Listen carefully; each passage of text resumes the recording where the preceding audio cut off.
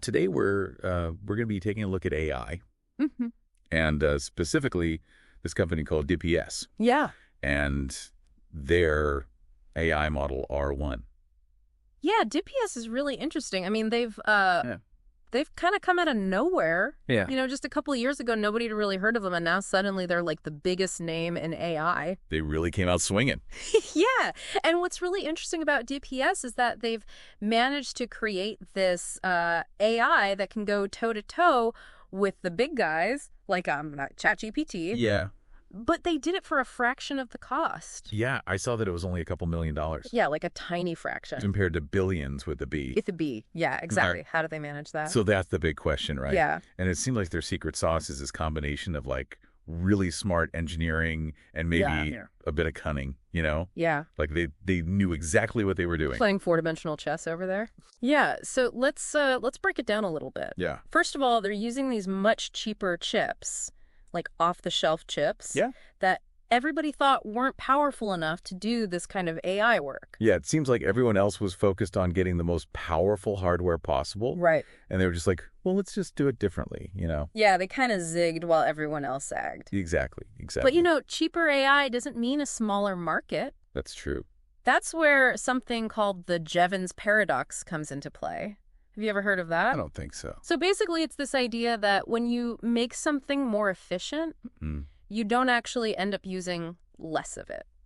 Interesting. Think about it this way. Like, when cars became more fuel efficient, right? Did we start driving less? No. Absolutely not. We found 1 million more places to go. We started driving further. We all got SUVs. Exactly. Yeah. So at DPS, it's kind of like they've made AI so accessible that it's going to explode. You know? Yeah, that's a great point. The demand is going to skyrocket. And everybody's going to start using it more and more. Yeah, and that's exactly what they're doing. They're making it incredibly accessible. And they've made their AI open source, which is another huge move. Oh, tell me about that. Yeah, so basically anybody can take their technology, build on it, modify it, do whatever they want. It's like the Wild West out there. Yeah, it really is. And, you know, it's kind of like Pandora's box, right? Totally, yeah. You open it up and you don't know what's going to come out. Yeah, but it's exciting. So what happened when DPS, when they actually launched their AI? What happened? So the stock market went crazy. As it often does. As it often does, but especially for companies like Nvidia. Oh, yeah. You know, they make those really high-end, expensive chips that everybody thought were essential for AI. Right. Their stock took a nosedive. I saw that. It was billions of dollars, right? Billions, yeah. It was like the equivalent of 4 Petrobras companies. Yeah, it was crazy. Gone. Like that. And it was all because DPS proved that you don't need to spend billions of dollars to build a powerful AI. I mean, it seems like they exposed a flaw in the market's thinking. Definitely. It was all about bigger is better, spend more money, you know. More money at it, yeah. Yeah, and DPS just came in and flipped the script. They said, no, we're going to do it smarter, not harder. Exactly. And it's like, it wasn't just a good product. It was a challenge to how everybody was thinking about the industry. It was a complete disruption. Yeah, and a lot of people took notice, right? Absolutely. Even Trump. Oh, yeah, even Trump. I saw that he actually called it a wake-up call for the U.S. Yeah. And he's now proposing this huge $500 billion investment plan to boost AI development in the U.S. That's a lot of money. Oh, yeah, $500 billion. Wow. And he wants to partner with companies like Oracle and SoftBank. Okay. And they're calling their project Stargate. Like the movie. I guess so, yeah. It seems like they're trying to make their own version of DPS. That's like a whole new arms race. But with AI? Yeah, it's a whole new battlefield. But let's talk about the guy behind DPS, Lynn. He's not just some random tech guy. No, he's got a pretty interesting background. Yeah, I heard he comes from the world of finance. Yeah, he was a super successful investment fund manager. Really? Yeah, and that's what makes this whole thing even more interesting, because someone with his background would understand how markets work, how to manipulate them. He knows how to play the game. Yeah, he knows all the tricks, he knows about short selling, leverage, all that stuff. So do you think he knew what was going to happen? It's hard to say for sure, but it does make you wonder. The timing is just too perfect, you know? Yeah, they launched DPS right when all those other companies were at their peak. Yeah. So maybe it was all part of the plan. Yeah. Maybe he knew exactly what he was doing. It's like something out of that book, The 48 Laws of Power. Yeah. You know, conceal your intentions. That's exactly what it feels like. He was playing the long game. And we're all just pawns in his game. Maybe, yeah. So the big question now is, if this is all calculated, what's the next move? Yeah, that's what I want to know. What's Len going to do next? Yeah, that's a great question, and one that I hope we can get to the bottom of in this deep dive. But before we do that, maybe we should talk about what's probably on everybody's mind right now. Yeah. What about jobs? Yeah, the big question. If AI can do the work for less, what happens to all of us? That's what everybody wants to know. Yeah, I mean, it's easy to feel a little anxious about all this. Definitely. Like, are we all going to be replaced by robots? That's the fear, isn't it? Yeah.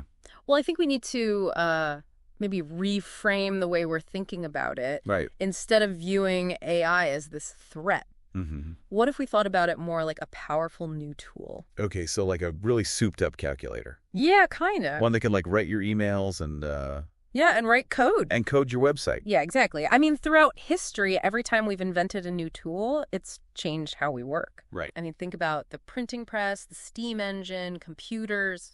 I mean, All huge changes. huge changes, yeah. And they all created new opportunities, too. Yeah, that's true. So I guess instead of asking, is AI going to take our jobs? Right. The question is, how is it going to change the way we work? Exactly. And how can we get ready for that? Yeah, how can we adapt? So learning new skills is obviously going to be important. Absolutely. But what kind of skills are we talking about here? I mean, should we all become programmers or AI specialists or? Not necessarily. I think the most valuable skills are going to be the ones that can work with AI. Okay. You know, skills that complement what AI can do and kind of fill in the gaps. Okay, I'm interested. What are some of those skills? Well, think about what AI still struggles with, like creativity, critical thinking, complex problem solving, you know, things like emotional intelligence and social skills. So basically the things that make us human. Exactly. Those are the things that are going to be even more valuable in the future. Okay. Because AI is going to be able to handle those more routine, more analytical tasks. Yeah. So that frees us up to focus on the things that require a human touch. So instead of seeing it as a job stealer, we should view it as an ally. Yeah, exactly. It's like AI can handle the heavy lifting. Yeah. So we can focus on what we do best. You know, connecting with each other, solving those complex problems. Being creative. Exactly. Being creative. I mean, think about medicine, right? AI could probably diagnose you and plan your treatment, Yeah. but you'd still want a human doctor to talk to. Right, to walk you through everything. Yeah, show some empathy, Yeah. you know, to guide you through those tough decisions. Right, and build that trust. Yeah, exactly. So it's not about competing with AI. Right. It's about collaborating with it. Okay. And that collaboration could lead to some pretty amazing things. Okay. So you're saying it's not all doom and gloom. I don't think so. It's a change, a big change. But we've been through changes before. Yeah, it's like the Industrial Revolution, but with computers. Yeah, exactly. I mean, think about how AI is already being used in things like design, architecture, Yeah. even music composition.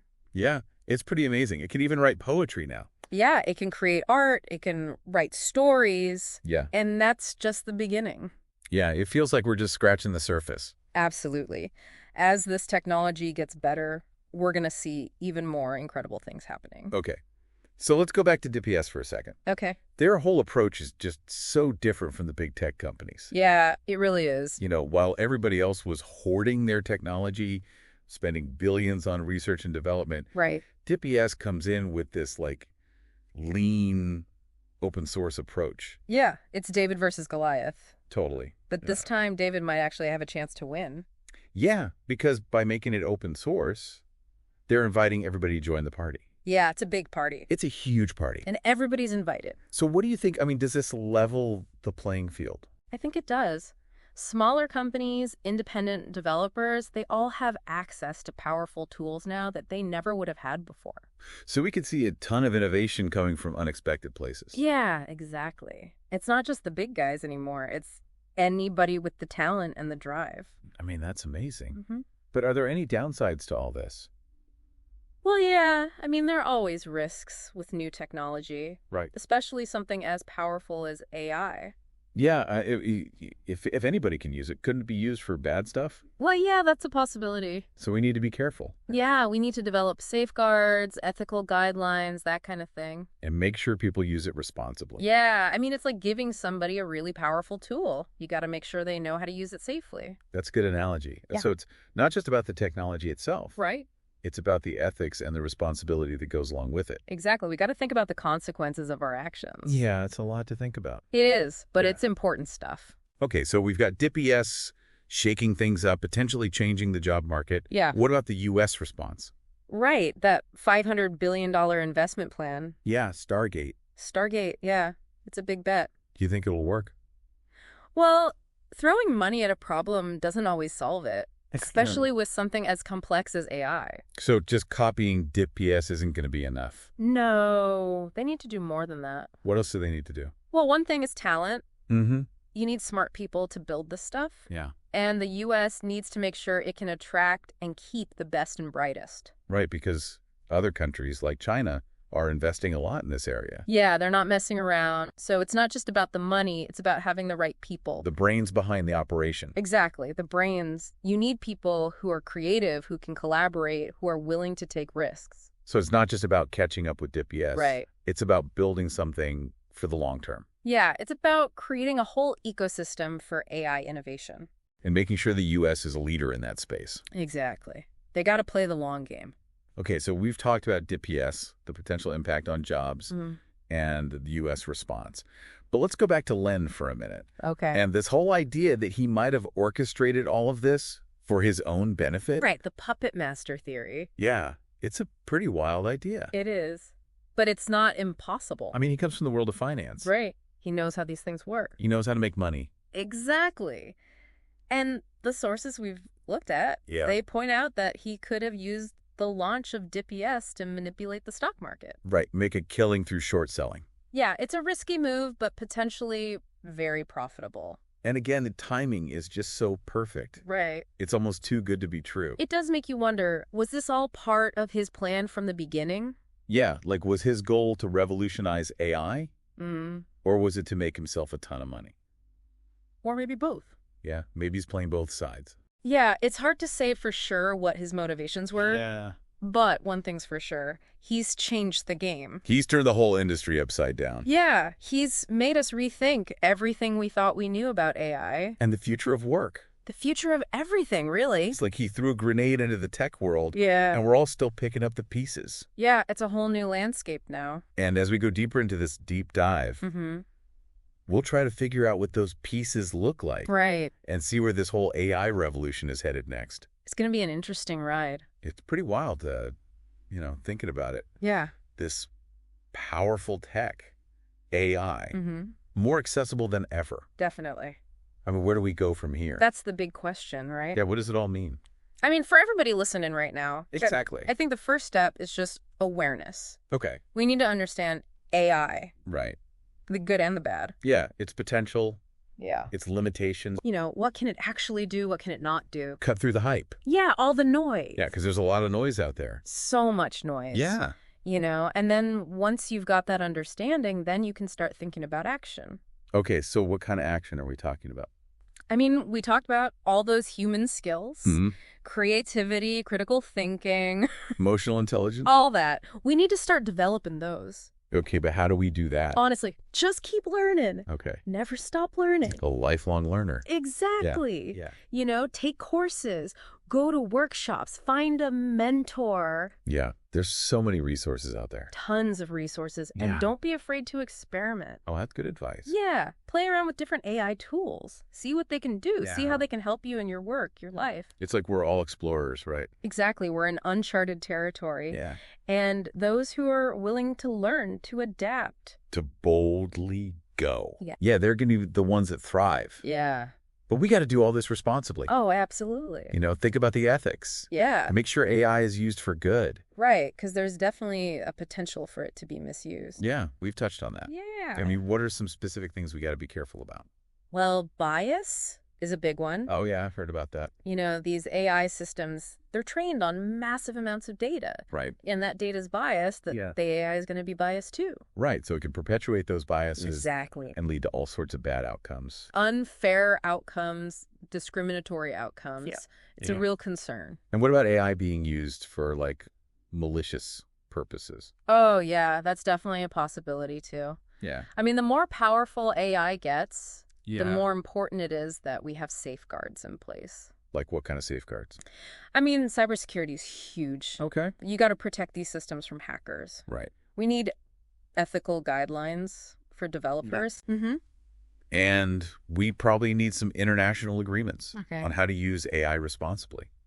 So basically, we got to work together on this. Yeah, it's a global issue. It's a global challenge. It can feel kind of overwhelming. Definitely. Like, are we even up to this challenge? Yeah, I mean, it's a lot, Yeah. but I'm optimistic. Okay. I think we can do this, Yeah. but we got to be smart about it. Yeah, so what's the takeaway here? What do you want our listeners to remember from this deep dive? Well, first of all, don't panic. Okay. It's not all doom and gloom. Yeah. AI is a powerful tool, Mm-hmm. and it can be used for good, Right. but we need to be aware of the risks, Mm-hmm. and we need to work together to make sure it's used responsibly. Be thoughtful. Exactly. Mm. The future of AI is not set in stone. Yeah, that's a good point. We're writing the story right now, Yeah, and we all have a role to play. I like that. So think about how AI is going to affect your life, your work. Yeah. What are the opportunities? What are the challenges? How can you get ready for it? Those are the questions we should all be asking ourselves. Yeah, those are good questions. The AI revolution is here, It's happening now. and the choices we make today, they're going to determine what that future looks like. That's a powerful thought. It is. Well, on that note, I want to thank everybody for joining us on this deep dive into the world of AI. Yeah, thanks for listening. It's a complex topic, Definitely. and it's constantly evolving. Always changing. Yeah, but hopefully we've given you a better understanding of what's going on. At least a starting point. Yeah, a place to start. And a few things to think about. Yeah, for sure. And remember, this isn't the end. No, it's just the beginning. Keep exploring, keep learning, Stay curious. and keep asking those big questions. Exactly. That's how we make progress. Absolutely. All right, thanks again, everybody, and we'll catch you next time. See ya.